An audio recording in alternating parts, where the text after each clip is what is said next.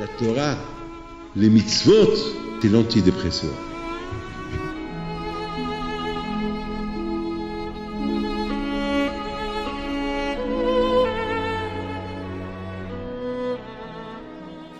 Birshut Morav et Rabotai, je tenais aujourd'hui à dire quelques mots. Je viens d'arriver d'Eretz Israël. Bien sûr, vous êtes au courant du drame qui s'est passé hier à 1h32. 1h32 pile. Maran Alav Shalom, Behem Youssef Abadia, qui est monté au ciel pour toujours. Et il faut dire que la semaine dernière, je l'ai rêvé. La semaine dernière, mercredi soir dernier, j'ai rêvé quelqu'un qui rentre chez moi et me dit « Rabbi David, ça y est ». Je dis « Ça y est quoi ?» Il m'a dit « Ça y est, parti ». Je me suis levé et je tremblais. Bon, c'était un rêve. J'ai dit « Bon, pour Hachem, c'est rien qu'un rêve. C'est pas vrai. » Alors, je ne savais pas quoi faire. Je devais partir en Israël samedi soir. Après, je ne sais pas, pour des raisons que je ne peux pas vous dire, des raisons. Je suis parti dimanche soir. J'arrive le matin, lundi matin.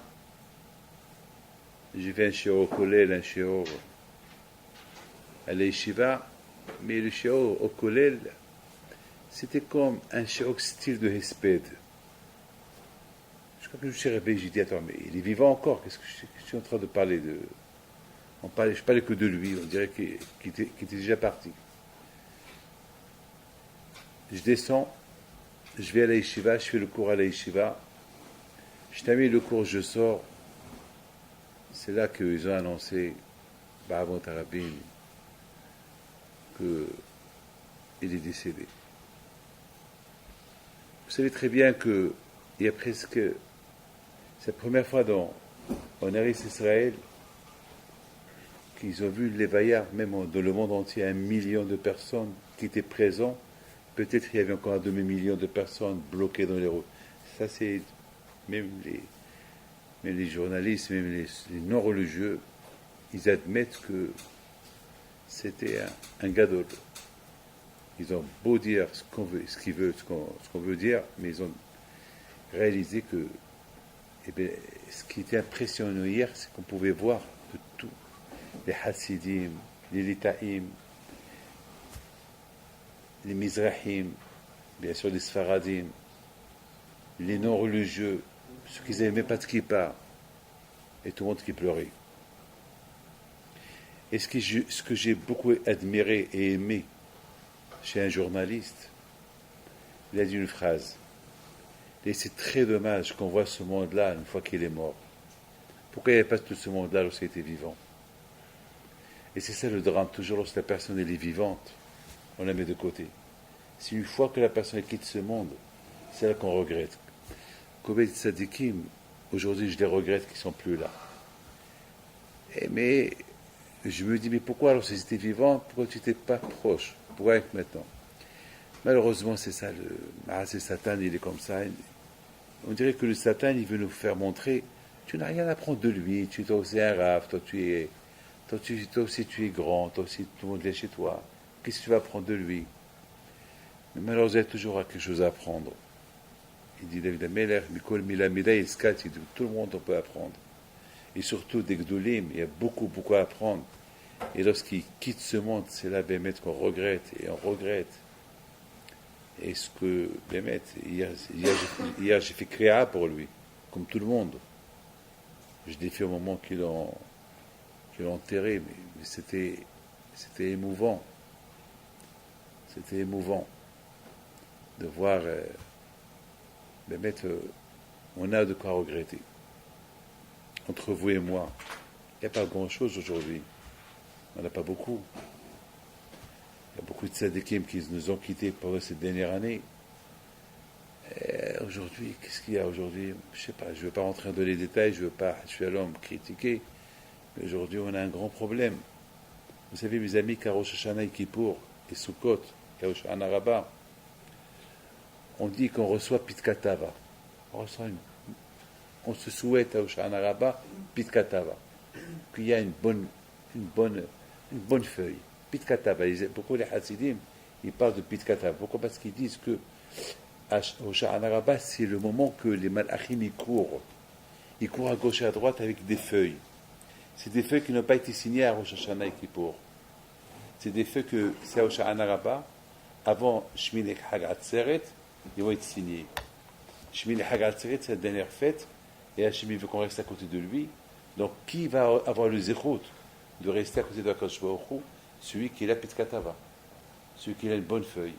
Donc, à Hoshana Rabbah, d'après la Kabbalah, c'est le moment que les feuilles ils courent et pour être signées. C'est pour ça qu'on dit Hatima. On dit que Hoshana Rabbah, c'est la Hatima. Et on ne sait pas quelle sorte de Hatima. Et malheureusement, Rabotai, j'ai beaucoup réfléchi cette semaine. J'ai dit,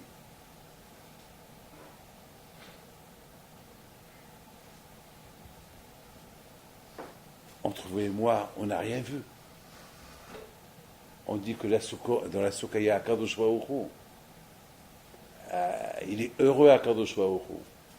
La Soukot, Tishvu, Shivat Yamim, quand les Zah B'Israël, Tishvu, la Soukot, c'est la joie avec Akadosh Baruch Hu. Entre vous et moi. Est-ce qu'on sent la Kedusha dans la Soukha? Est-ce qu'on sent quelque chose dans la Soukha? C'est vrai, elle est décorée. J'ai vu des belles Soukhot cette année. Il y a une Soukha de l'Enara qui a été construite en Israël, la plus grande Soukha du monde. Ils sont rentrés là-bas plus de 2000 personnes. Mais une beauté de Soukha à Petah Tikva. Très bien. Mais est-ce qu'on sent Akadosh Baruch Hu dedans? Alors que la Soukha, c'est Tzilad Merminuta, c'est l'endroit où il y a Akadosh Baruch Hu. À Rosh Hashanah et Kippour, il y a la crainte. On dit Hachem il est là. Mais à Sukkot, il y a la joie. Eh bien, mes amis,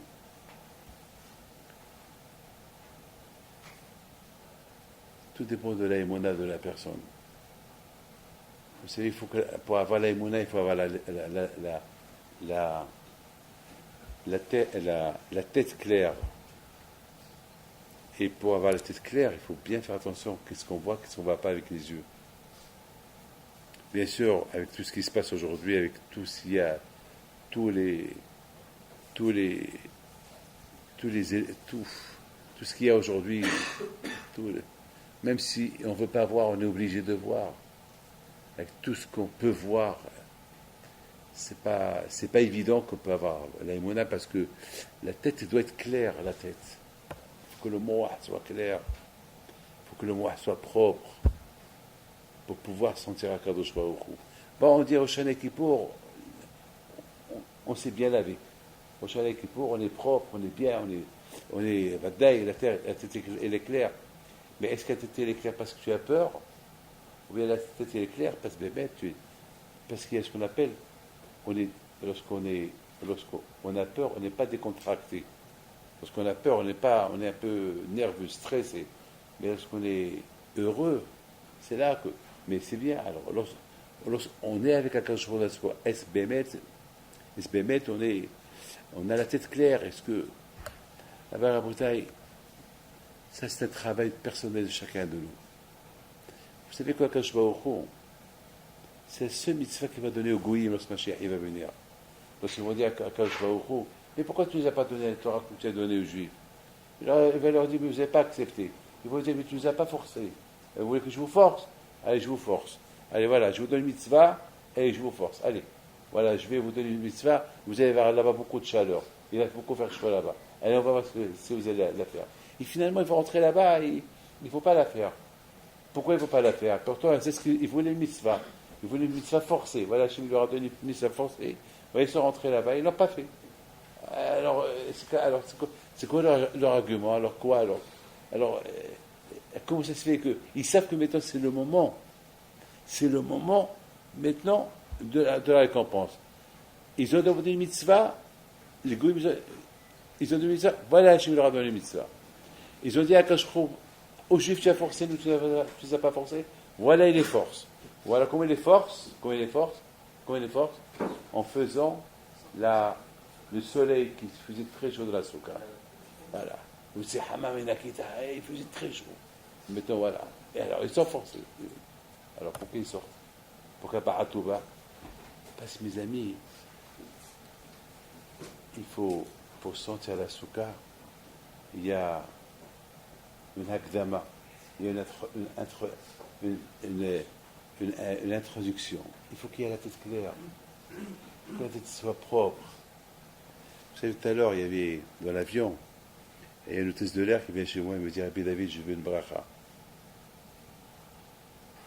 Ce matin, aussi, la police israélienne, c'est une femme, elle voulait une bracha.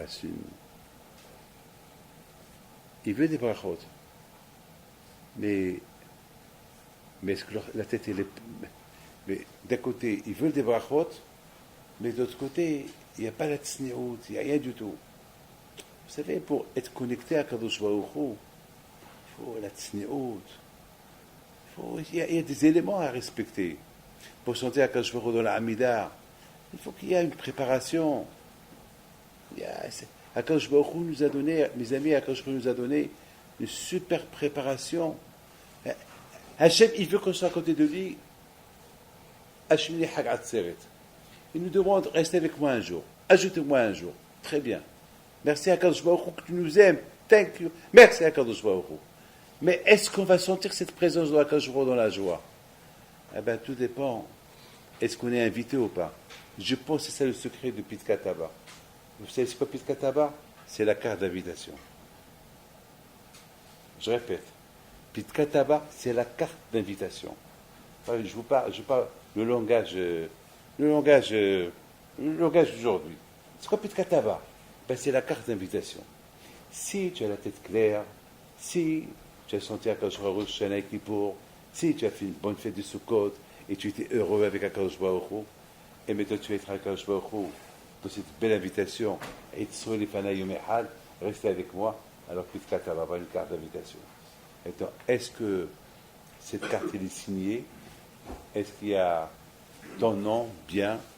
Alors tu auras les échos. Parce que mes amis, écoutez très bien. Vous n'avez pas remarqué qu'il y a des années, on sent Sukkot, on sent Simchat Torah, on sent une joie de Simchat Torah, parfois on sent rien du tout. Ben oui ou pas? Parfois on est super content de Simchat Torah. Comme la semaine dernière à Lyon, il y a un juif, Yves Béton, un hassid de la famille. Il est super. C'est un garçon qui a fait des choses avec nous. Et il s'est saoulé. Il a dû boire. Jusqu'à qu'il avait le visage, son visage ressemblait à une bouteille de whisky. Il a dû boire plein de whisky. Il criait dans la rue. Alors moi, j'ouvrais la porte, je lui dis: Yves, Rabbi David me regarde. Il me dit: vous savez, Rabbi David, j'ai béni tout le monde. Il n'y a aucun. Tout le monde a été béni. Et je vous ai béni vous aussi. Et je voyais son visage, comment il me parlait. Plein d'émouna. Bon. Il a fallu. Il est arrivé à ce niveau de émouna avec la boisson. Mais il faut arriver à un niveau de émouna sans la boisson. Sans boire. Il finit à Hachem. Sans boire. C'est pas, il faut pas. Sans boire. C'est ça la madriga. La bouteille. Là, vous voyez, ça m'a fait de la peine ce matin dans l'avion. J'ai vu les photos, 3 photos. Une photo de la fauteuil de Rabbi Yosef Alav Shalom, vide. Ses livres encore sur la table. Sa gléma qui portait Newtemet, elle est en deuil. Qui va la porter maintenant? Et toute cette bibliothèque, il n'avait que des livres. Il n'avait rien du tout. Sa maison, 40 000 livres. 40 000 livres. Que des livres. Il paraît qu'il connaissait chaque livre. Où est sa place? Moi, j'ai une petite bibliothèque, je ne sais même pas où sont les livres. Il faut que je cherche un par un. C'est ça la bouteille. Il faut être fort. Il faut être fort, fort, fort, pour avoir cette puissance de pisca, d'être possèque, de trancher. Trancher, ça va trancher. Savoir qu'est-ce que Hachem veut de nous. Malheureusement, la bataille, cette carte d'invitation de la vie, être devant Akash toute l'année, malheureusement, il n'a pas reçu. Et pourtant, toi, Am Israël a pleuré. J'ai jamais vu, dans ma vie, jamais vu, ce qu'ils ont fait pour un rave. Moi, j'ai 63 ans, j'ai vu des rabbins y partir, mais ce qu'ils ont fait pour lui, c'est des jamais vu. Des femmes qui pleurent. Il y a un qui était sur la bicyclette, lorsqu'il a entendu la nouvelle, quelqu'un lui a dit, il prend sa bicyclette, il la jette, il tombe par terre en train de pleurer.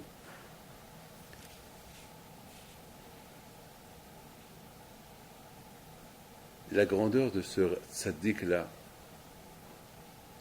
c'est qu'il avait honte de personne, il avait peur de personne. Comme Rav Shach alav shalom, lorsqu'il devait crier, il avait peur que de la Kadosh Baruch Hu.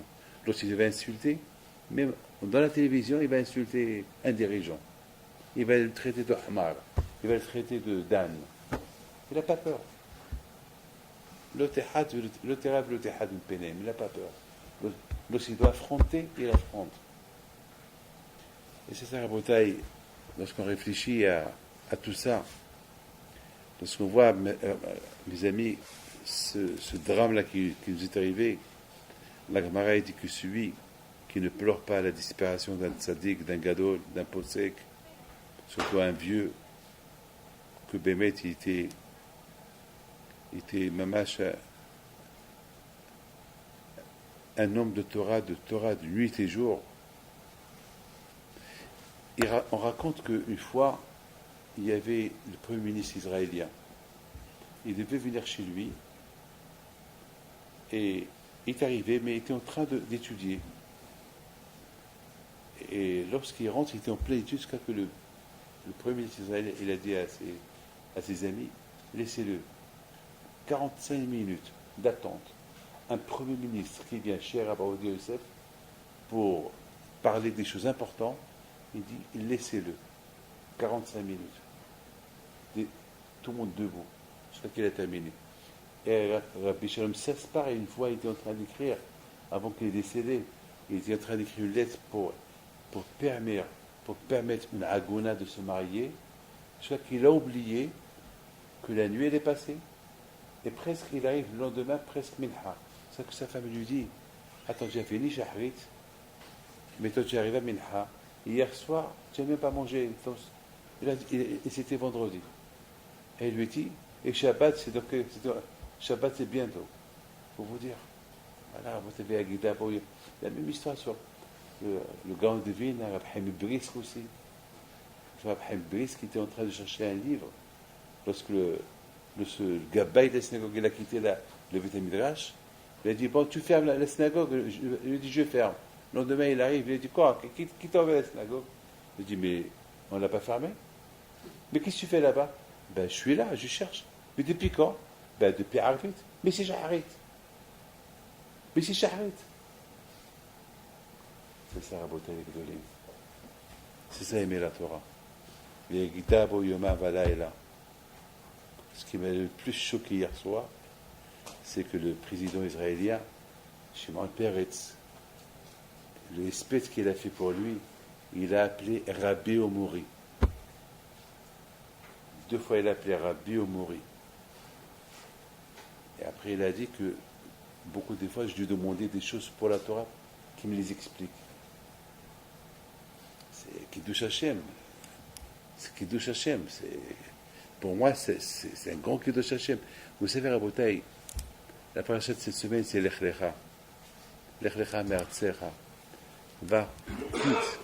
Vous savez, Rabotai, il y a une question que j'ai vue tout à l'heure, une super question, que vous savez très bien que Akadosh Baruch Hu, il a donné à Abraham Avinu, à la beaucoup des épreuves et des épreuves. Mais on va essayer, Rabotai, de comprendre en quelques minutes. Est-ce qu'il avait besoin à Hachem de donner des épreuves à Abraham, une épreuve après une épreuve, quitte ta ville, quitte tes parents, quitte ton père, quitte ta ville, quitte ton pays. Et Abraham Avinu, alav shalom, il vient de se marier. Il a une femme, il a des élèves, il a une yeshiva. Comment il va quitter? Comment on va faire? Et Abraham, Abraham, c'est écrit qu'Abraham, il est parti. Et c'est écrit, le passage qui dit comme ça. Vaikach Abraham et Sarai Ishto et Lot, Benahi et Kol Rechosham. Il a pris sa femme, il a pris l'autre son neveu, et Kol Rechosham. Et la question, elle est grande. Il y a des Mfarshim qui posent cette question. Pourquoi la Torah dit qu'il a pris sa femme, il a pris l'autre, et il a pris le Rechosh? Pourquoi? Vous avez vu quelqu'un qui voyage, il est sa femme? Quoi, il va prendre son neveu, il va laisser sa femme? C'est quoi le... Est-ce qu'Abraham a vu la Shalom, il va prendre le Rechosh, l'argent, il va laisser sa femme? Pas possible. Oui, c'est impossible. C'est quoi le hidouche là? C'est quoi le hidouche? Et surtout moi, David Pinto, je sais qu'Abraham était anti-Rechosh. Il était anti-Gashmiot. Il n'était pas matérialiste. J'ai vu des livres qui disent que Abraham Kavet. C'est quoi Kavet? C'est quoi Abraham Kavet? Il dit que lorsqu'il s'agit de l'argent, il était Kavet, il était fainéant. Il ne courait pas pour. Lorsqu'il y a une affaire, il va aller doucement. Mais pour faire une mitzvah, elle a bakarat Abraham. Pour faire une mitzvah, il court. Mais pour les choses matérielles, Abraham était très lourd. Mais Abraham Kavet, c'est pas quelqu'un qui va courir pour l'argent. Et alors, mais d'après ce passage, on voit qu'il a pris le Rechosh. Vous savez, qu'est-ce que j'ai pensé? J'ai pensé qu'Abraham avait le Shalom. C'était une grande épreuve pour lui. Ben, mais je vous le dis, c'est pas facile de quitter un papa vieux. C'est pas facile de quitter un endroit. Il a tout là-bas. Il a tout là-bas. Il a tout. Il a tout. Il a une belle yeshiva. Il a un effet Haran. Il a rendu beaucoup de gens de Tchouva. Il était mis Zakrit Arabim. J'ai vu deux amis qui disent qu'Abraham avait c'était le premier Baal Tchouva. Le premier Baal Tchouva. Parce qu'il était idolâtre, Abraham, au départ. Jusqu'à qu'il a découvert Akadosh Baruch Hu. Abraham avait une Baal Tchouva. Qu'il court. Là où il va partout, il prouve aux gens. Hé! Qui est Akadosh Baruch Hu? Il va détruire la Avodah Zarah. Jusqu'à qu'elle ait été jetée à Okazdim, jusqu'à Nimrod, il l'a jetée dans le four. Il dit, je m'en fous, je meurs pour Akadosh Baruch Hu. Il avait du succès. Il avait du succès à Haran. Et du monde entier, on venait chez Abraham découvrir Akadosh Baruch Hu. C'est dur de quitter. Mais Taché lui a dit, Lech lecha me'artzecha, va-t'en, tu quittes. Tu n'as rien fait ici, il faut que tu quittes. C'est dur pour lui de quitter. Dur. C'est dur pour lui. Mais, mes amis, Abraham a vu Arav Shalom, il a dit, puisque je vais quitter, il faut que ce soit quitté sans retour. Comme on dit en arabe, Msia Blaza. Un aller sans retour. Quelqu'un en général, il achète un billet, on achète toujours un billet aller-retour. Lui, c'était pour lui, l'echa, un aller simple. Il n'y a pas de retour. Il ne faut pas qu'Abraham ait une excuse. Ah, j'ai oublié une valise. Ah, j'ai oublié un diamant. Ah, j'ai oublié quelque chose chez quelqu'un. Et Zama qui va trouver une sibba pour retourner.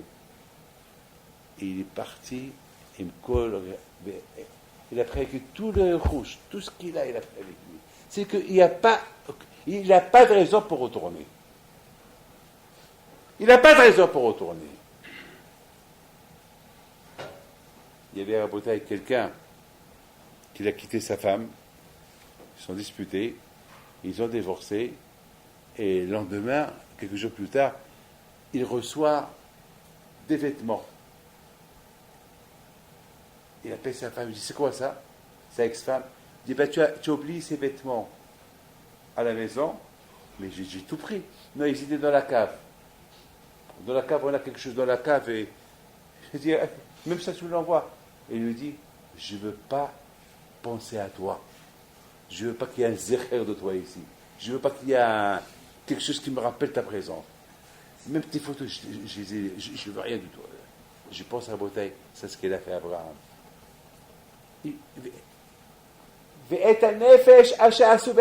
Même ceux qui ont du bitchouva, pour ne pas qu'après ils regrettent. Aïe, aïe, aïe, j'ai oublié tel et tel.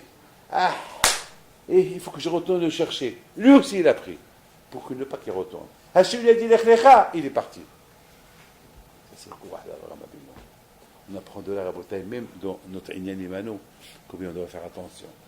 Lorsqu'on veut être José Bitchouva, lorsqu'on veut être Mitgaber, il faut se déconnecter avec le passé. Il faut qu'il n'y ait rien avec le passé. Il ne faut pas qu'on a, même Mashiach, il faut lech lecha. Une fois, j'ai dit que lech lecha, c'est du verbe lechlour.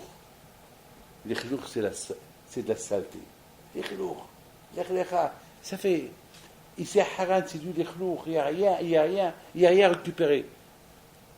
La bouteille, ça c'est Abraham Avinu ala Shalom. Ça c'est vivre dans ce monde-là plein de nisyonotes. Il y a beaucoup de gens qui vont croire. Hassaïla, que Rabbi Odia Yosef, il a laissé des milliards. Moi, je peux vous dire quelque chose. Je vous raconter que s'il voulait être, moi je connais des histoires, mais s'il voulait l'être, un homme comme lui qui connaissait la grandeur de la Torah, qui ne dormait même pas, il ne dormait pas, il dormait parfois sur ses livres, c'est pas lui qui va aimer l'argent. Parce que chez lui à la maison, il n'a même pas un salon, il n'a que son bureau. Il mangeait chez sa belle-fille. Chez lui, les 3 chambres, 4 chambres qu'il a, il n'y a que des livres. Il n'a rien.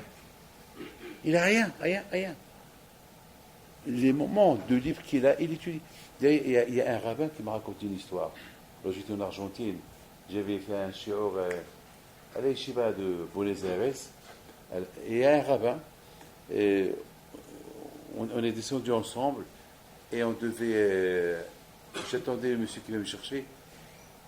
Et il me dit, il faut que je vous raconte une histoire. Je dis quoi? Il a dit, une fois, Rabbi Yosef, il a fait un siyum. Il a fait un siyum. Mais il a appelé ce siyum le siyum des minutes. Comme ça, il a donné le titre. Le siyum des siyum ha'aga'im. C'est bizarre, hein? Le siyum des minutes. Donc, tout le monde, il a dit, je ne vous dis pas maintenant, mais au sillon, je vous dis, c'est quoi? Alors, c'est quoi, lorsqu'il a fait le sillon, il a fait le sillon, la chasse, alors il a dit, vous voulez savoir c'est quoi le sillon des minutes? Il a dit, vous savez, je suis arabe arraché. Parfois, je suis dans une Brit Mila. Parfois, la Brit Mila, il n'est pas à l'heure, il dit c'est à 2h, et c'est à 2h30. Parfois, je suis Msadek Kiddushin dans un mariage. Et le mariage, c'est pas à l'heure. Et beaucoup de fois, j'attends le train, j'attends l'avion, je prends le bus ne vient pas. Alors, ce laps de temps que j'attends, je vais lire un peu de la Gemara. Alors, ça, c'est ce que j'appelle 1 minute là, 10 minutes ici, un quart d'heure ici. Et avec ces quarts d'heure-là, je les ai ramassés. Voilà, je fais un sillon. Ça, c'est le sillon des minutes. C'est la folie, ça. Cette semaine, j'ai raconté sur Rabbi Havetz Haim, alav shalom, lorsque Rabbi Naftali, le granat, alav shalom, était malade, ils ont commencé à donner des prix pour lui, et le matzav était dur pour lui. Ils ont décidé de donner, chacun il donne un peu de sa vie. Un, il a donné 1 an, un, il a donné, même, et pareil, le Shabbat dernier, pour Rabbi Yosef, il lui a ramassé presque 100 ans. Les gens, mamash, ils ont donné. Mamash, vous savez combien de fois, vous savez combien des millions de dapim de Gemara ont été pris pendant ce mois qui était malade? C'est la folie. Il y a beaucoup de gens qui ont goûté la Torah, mais tout ça, il ne s'arrête pas. Mais Vadaï, toute cette Torah qui a été étudiée, elle ne va pas être jetée à la poubelle. Shalom. C'est peut-être une xéra sur nous. Donc cette Torah a annulé la xéra, mais peut-être que la xéra était encore plus grande. Il a fallu que lui aussi quitte ce monde. Voilà. Donc ils sont venus chez Havetz Haim. Bon, il a vu la liste, chacun ce qu'il a donné. Il a dit, mais toi, Kovodarav, toi, qu'est-ce que tu donnes? Combien tu donnes? Il regarde 1 mois, 2 mois, 3 mois, 1 an. Il a dit, moi je donne 1 minute. Je donne 1 minute de ma vie. Ils ont dit, c'est tout. Il a dit, mais vous savez c'est quoi 1 minute? Mais 1 minute de Avodat Hashem. Mais vous savez c'est quoi 1 minute? Mais une minute, c'est un monde, c'est Réga. Un Réga, c'est un monde. Mais nous, on banalise les heures, les minutes. Mais pour Havetz Haïm, une minute, c'est énorme. C'est énorme. Je pense à Botaï pour Abraham Abinu Alav Shalom, retourner encore une fois pour récupérer quelque chose à Haran. C'est ce laps de temps, c'est quelques minutes, ou quelques heures, ou quelques jours, pour retourner à Haran, ça risque de lui faire perdre le tzivouille de HaKadosh Baruch Hu. Hachem lui a dit Lech Lecha, une fois pour toutes, ça y est. Lech Lecha, ça veut dire Lech Lecha, il n'y a pas de retour. C'est pas écrit Lech Lecha, ça y est, va, il n'y a pas de retour. Donc pour qu'il soit sûr qu'il n'y a pas de retour, il faut qu'il prenne tout avec lui. Pour le Pahal Shalom, parce que s'il doit retourner, ça va s'appeler comme un bitoul, annuler le tzivouille de HaKadosh Baruch Hu.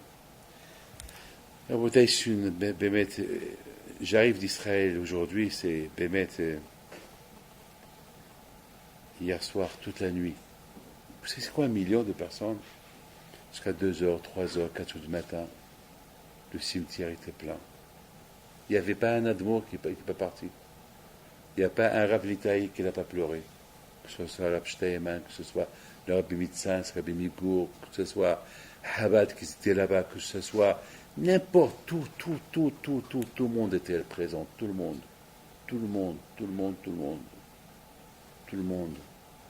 Que ce soit Rav Ayvar, tout le monde, chacun a dit ce qu'il devait dire, chacun il a pleuré ce qu'il devait pleurer, chacun il a fait créa. Parce que Bémet,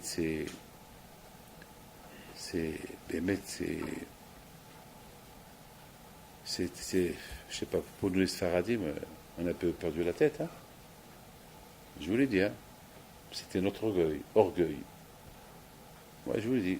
Si les Ashkenazim, les Anara, ils ont des Admourim, ils ont des Rabbanim, nous les Sfaradim, c'était même tous les Rabbanim Ashkenazim, les grands Rabbanim, vous savez, ils l'ont appelé Maran, le Rav des Maran Rabbanim, c'est le Rav des Rabbanim, parce qu'il était le seul qui a osé faire un psak halacha de permettre 400 femmes que leurs maris ont disparu à la guerre de Kippour. 400 femmes, 400 agonos. C'est grave. Vous imaginez qu'un jour, un mari qui va arriver va dire « Je suis le mari de tel et tel, quel bizaïl pour avoir Dieu Youssef ?» Il paraît que aucun rave, il pouvait permettre. Aucun. Tous. D'ailleurs, même Rav Liachim, il a dit, à cette époque, il a dit, moi, je ne peux pas mettre mes mains dedans. C'est lui qui a permis les Éthiopiens de venir en Israël. C'est lui. Il y a plein de choses que personne ne voulait se mouiller. Il est rentré au Béakora. Et Hachem, il a aidé. Aucune femme.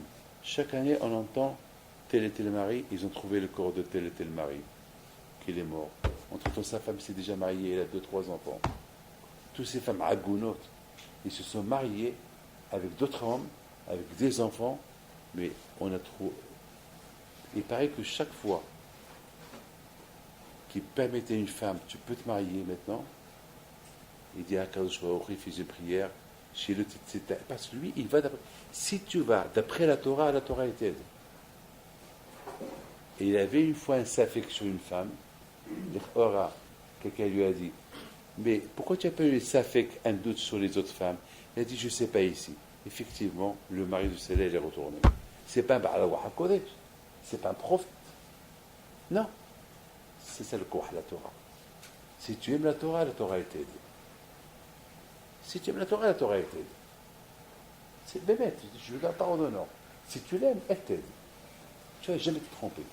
Une fois, Rabzar, le Rosh Abidi de. C'est Rabzar, c'est ça. Zegbar. Comment il s'appelle, de Strasbourg, je me rappelle, il y a une vingtaine d'années. On s'est rencontrés à l'aéroport. Il vient vers moi, il me dit Rabbi David, j'ai un grand problème aujourd'hui. Je veux une bracha que je ne me trompe pas dans le psak din. Je dois être Dayan, Je lui ai dit, moi je te fais le bracha. Il y a 20 ans, 25 ans. Il m'a dit, toi fais la bracha et moi je ferai que Akadosh Baruch Hu m'aide. Pour vous dire, pour être posé une halakha, c'est pas facile. Il faut s'arrêter Shmaya. Mais si tu aimes Akadosh Baruch Hu, tu aimes la Torah elle t'aide. C'est la Torah qui te dit, hé, Torah fais ça, fais ça, fais ça, fais ça, fais ça. N'aie pas peur. C'est ça la bataille. Ben, mais si tu me fais. Chacun de nous, il doit prendre des. Ben, il ne faut pas hachficher dans la Gemara, il dit que celui qui n'est pas mit à belle la mort d'un tzaddik, quand on considère la mort d'un tzaddik comme Habab et Amigdash, Hachim Ishmor, Tosh Baruch je ne veux pas dire. Mais hier, j'ai vu tous les rabbanim, Ashkenazim, Hasidim, tous les Gdolim, tous les Admorim, tous les grands. Imaginez-vous, les grands rabbins qu'il y a aujourd'hui, ils étaient présents. Ils ont pleuré. Alors, qui sommes-nous? Même les Hilonim, même ceux qui l'ont critiqué dans les journaux. Ils se sentent. Alors, moi, les Shtemina, je me suis posé hier sur une question. Je comprends un rab qui parle du bien sur un rab. Mais un Hiloni, un qui est athée, qui a toujours critiqué le rab, dans les journaux. Hier, il parle du bien, je ne comprends pas. C'est quoi la réponse? Lâche pas du tzaddik. Même le rachat, il est niche pas. Lorsqu'il y a un chef à une influence du tzaddik, parce que maintenant, ça, il est à côté de la Kadosh Baruch Hu, il a quitté ce monde matériel. Maintenant, ça y est, au Tiot Porchot, toute sa Torah, elle l'accompagne. Qu'est-ce qui reste? Même ses propres ennemis, ils sont inspirés de cette Torah qu'elle est là, de cette Kedusha qu'elle est là. Eux-mêmes, il leur reste que parler du bien. C'est ça le kouah de la Torah. Donc, que chacun de nous, qu'on soit j'espère que chacun de nous, lui, à la Shalom, moi je ne suis pas hassid à lui. Moi, je ne suis pas. Mais moi, je suis hassid de tous les tzadikim. Moi, je suis hassid. Même à vous, je suis votre hassid. Quelqu'un qui étudie la Torah, je suis son hassid. Moi, je vous le dis, moi, j'admire tous ceux qui aiment la Torah. J'admire. J'ai une grande admiration. Et surtout les Gdolim. Je sais qu'il est 1 milliard de fois mieux que moi.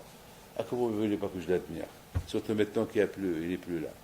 Donc, sachez que chacun de vous, il se renforce de l'étude de la Torah et dans comment ça s'appelle, dans tous les inyanim de Olamazé, Gashmiyim, inyanim qui sont matérialistes, des matériels qui peuvent, Hassi Shalom, qui peuvent causer du tort et nous causer du mal que Dieu préserve.